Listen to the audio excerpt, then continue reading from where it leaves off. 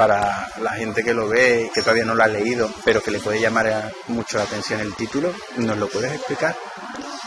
Tiene un doble sentido, y es que el crisantemo es el emblema nacional de Japón, y al mismo tiempo pues a la Casa Imperial de Japón se le llama pues coloquialmente el trono de crisantemo. Entonces digamos que tiene ese doble sentido, y luego aparte también tiene un tercer significado que es, bueno, pues si te lees la novela ves que se puede, ya eso depende del lector, pero que se puede también intuir también porque puede tener ese significado el título. Oye, acostumbrado a tus novelas que se desarrollan en lugares muy lejanos y exóticos, esta vez le ha tocado a Japón. ¿Qué te ha hecho decantarte por esta historia? Pues, bueno, yo siempre cuando antes de empezar a escribir la siguiente novela, tengo que elegir a qué cultura o a qué civilización voy a viajar esta vez, ¿no? Y Japón es uno de los lugares más atractivos, que despierta muchísimo interés, a la gente le gusta mucho. Japón tiene ese toque especial, ¿no? Pero claro, el Japón feudal de los samuráis, como que, hombre, ya de eso se ha escrito bastante, a mí me gusta ser siempre como más original.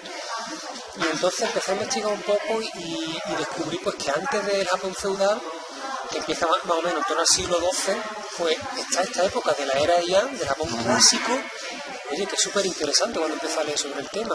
Y digo, oye, pues esto da juego para escribir una novela.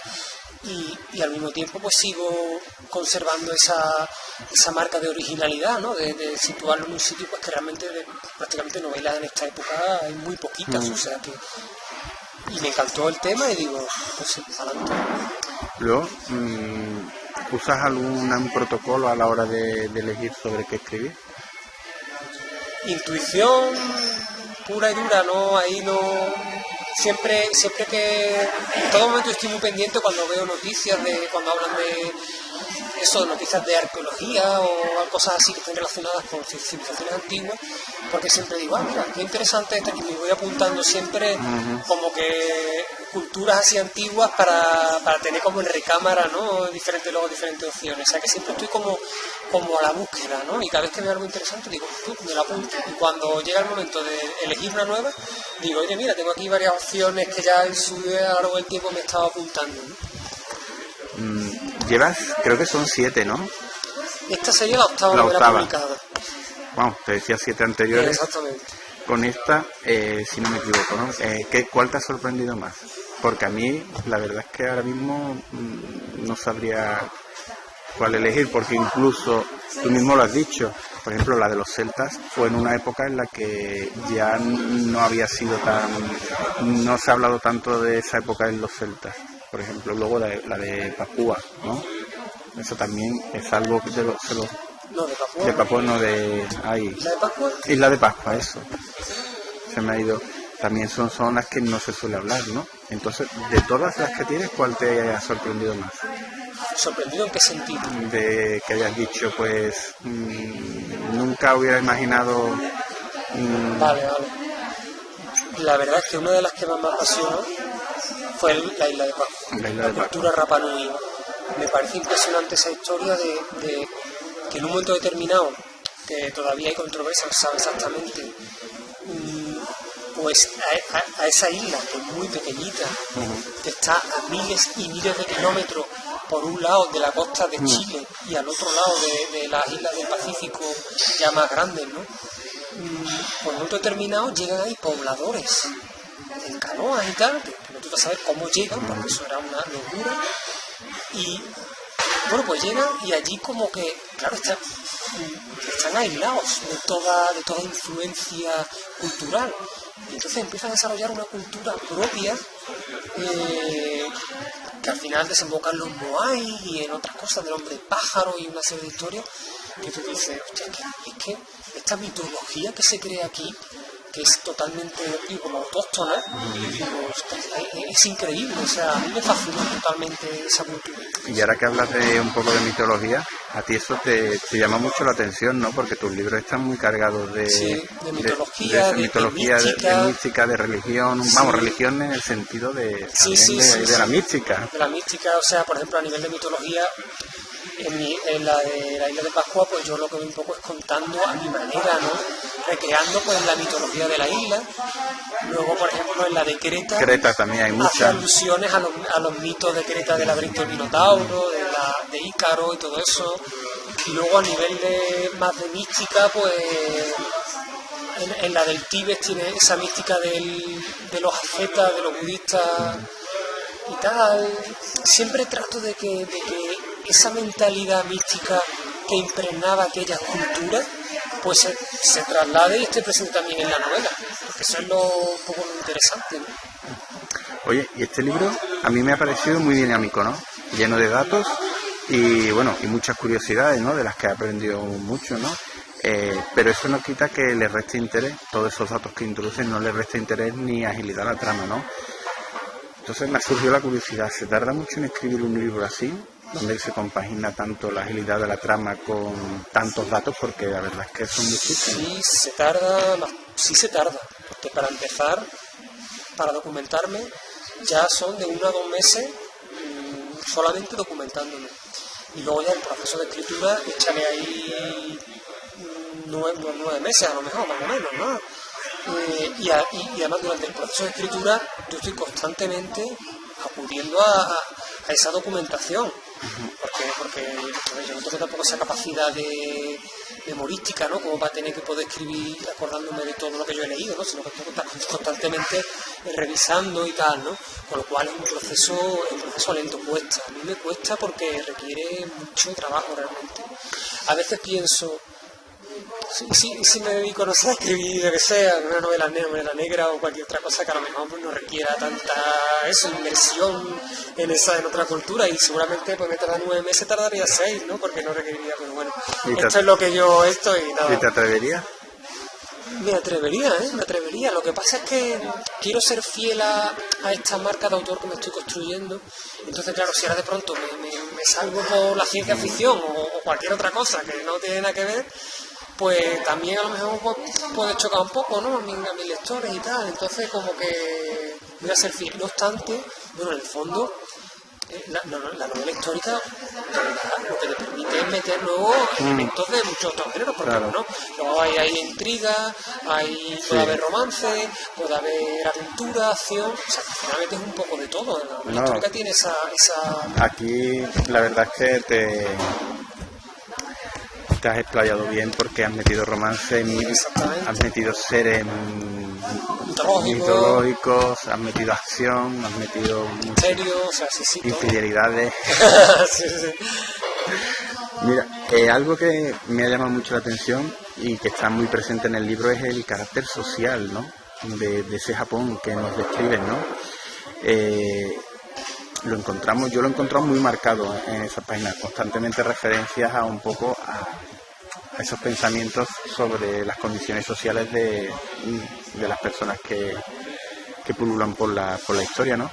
¿Esto ha sido intencionado por tu parte, o es que al ir leyendo estaba muy marcado en toda la documentación que has leído? Yo te diría más que porque estoy reflejando realmente lo que yo me he documentado, o sea que realmente efectivamente era así, y hay como dos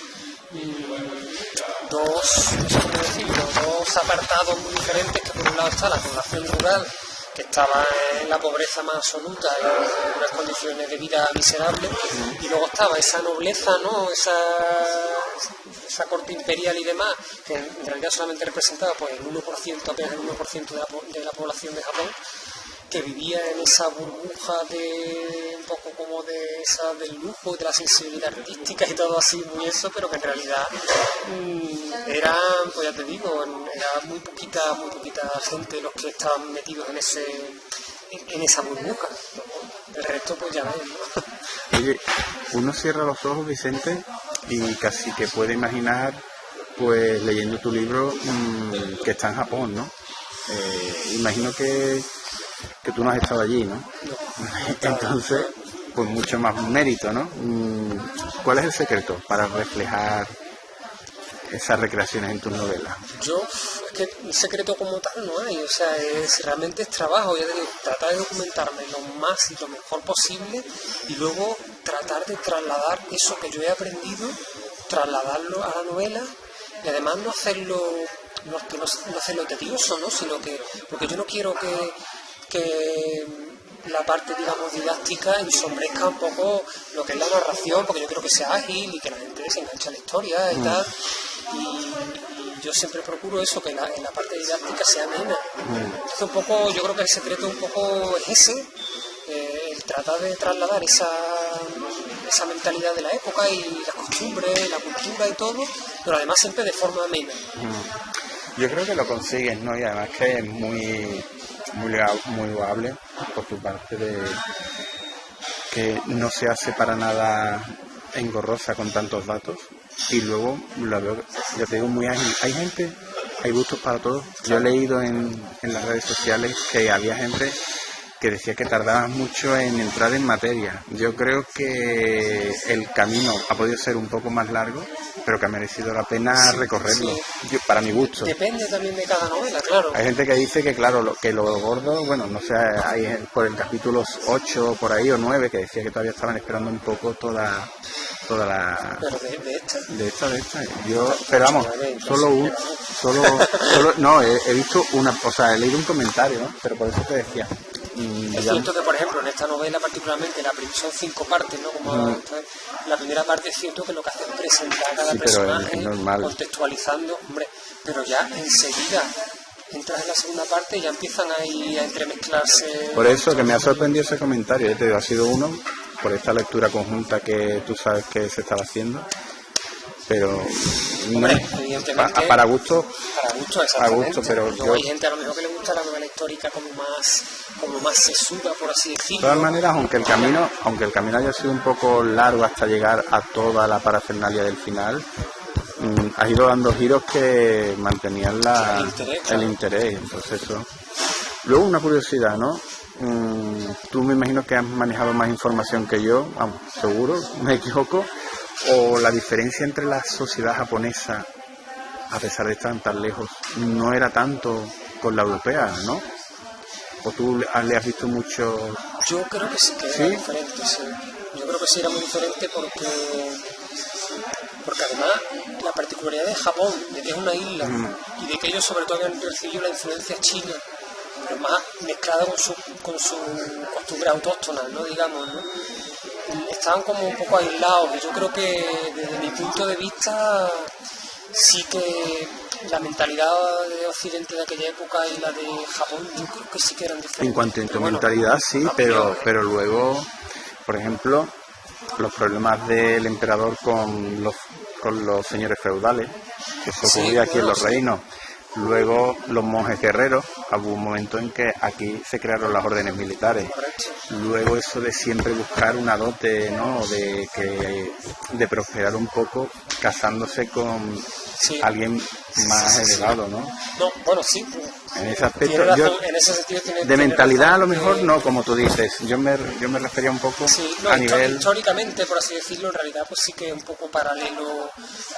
Al final es como cuando Colón descubre América, oye, ya hay civilizaciones que se han desarrollado por su cuenta, de forma totalmente independiente, pero al final también tienen su estructura de poder, no sé qué. Al final todos buscamos lo mismo. Y sí que efectivamente, son semejantes, ¿no?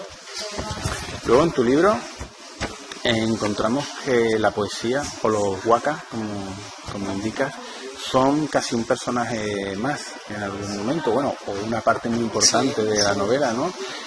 ¿Qué tal ha sido la experiencia con este género?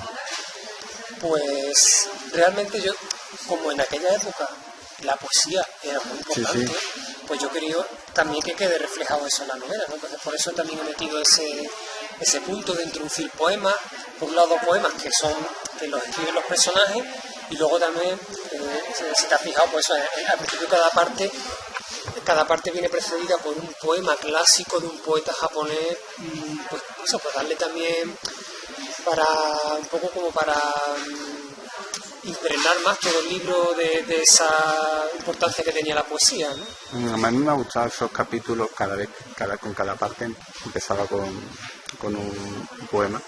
Lo he visto muy original y muy bonito. Luego destacamos, digamos, un punto muy fuerte en la novela son sus tres personajes, que para mí me han resultado muy potentes, ¿no? Son Asatori, Kazumi y Tokinobu. Yo te voy a poner un compromiso, ¿no? Y yo sé que no se puede pedirle a un padre que se decante por un hijo, pero ¿a ti cuál te ha gustado más? ¿O cuál es tu favorito? Ostras, es una pregunta difícil, ¿eh? Mira, me gusta mucho Satori y Kazumi. Yo lo destacaría un poquito más quizá porque me gusta mucho ese viaje, ¿no?, del personaje de Satori, que empieza como un campesino, que luego se mete a monje y a monje guerrero además. Entonces vamos viendo esa evolución. Pero luego también el personaje de Kazumi, que es muy interesante porque como ella, bueno, tiene ese toque de que ella es una erudita, le gusta escribir, se revela un poco contra las convenciones tan rígidas de aquella época hacia las mujeres, pues también es un personaje muy rico, ¿no? Y muy interesante. Entonces, Oye, ¿y no has pensado, eso te lo propongo yo, ¿no?, hacer de Kazumi un personaje de otra novela en un futuro? ¿No te la había...? Yo es muy difícil que yo escriba como no una segunda parte. Yo creo que podría ser una buena detective, ¿eh?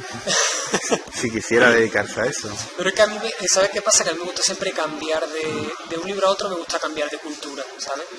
Meterme otra vez en la misma cultura en la que he estado tanto tiempo, como que también necesitaba un poco como airearte, ¿no? Y decir, bueno, he estado mucho tiempo aquí metido, entonces despejarme y meterme ahora con ilusión en otra cultura nueva. Entonces me daría mucha pereza. Mucha gente me ha dicho, oye, una segunda parte de La Esperanza del Tíbet, no sé qué.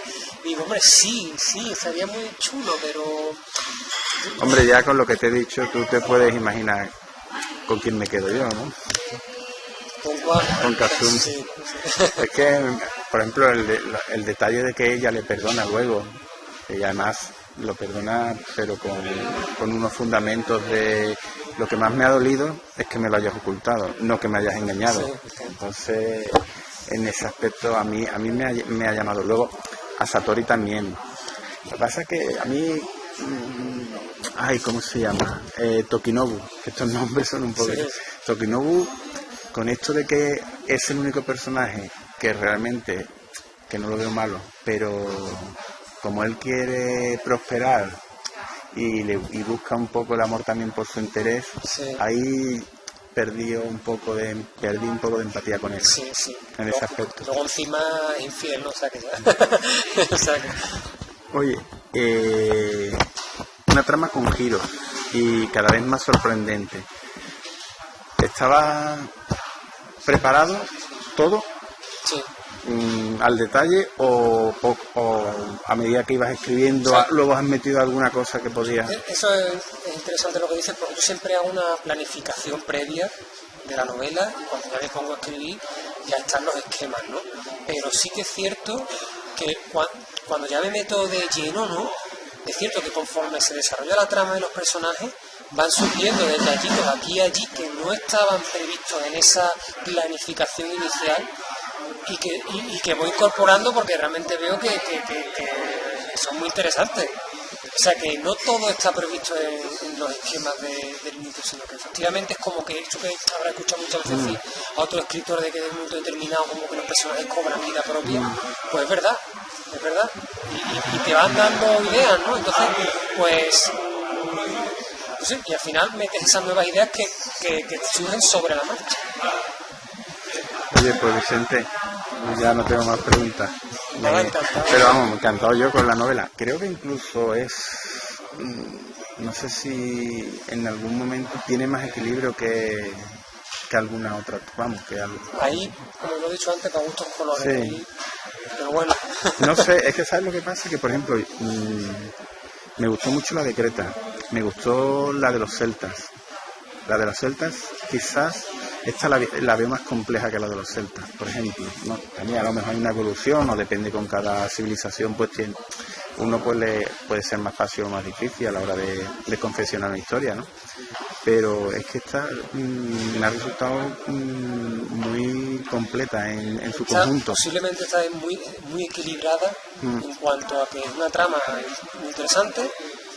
Pero para todo lo que mezcla, y al mismo tiempo, consigue mantener ese equilibrio. Y al mismo tiempo el equilibrio de que también eso pues te sumerge en esa cultura.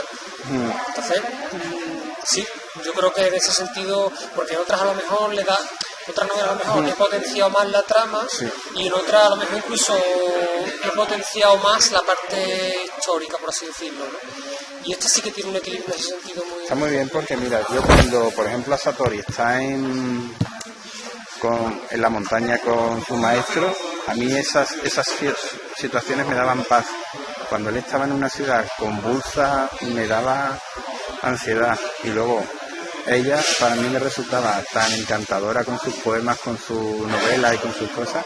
Entonces te da una sensación con cada escenario en el que se encuentra. Entonces ya te digo, me ha gustado mucho el cómo vas cambiando de sensación.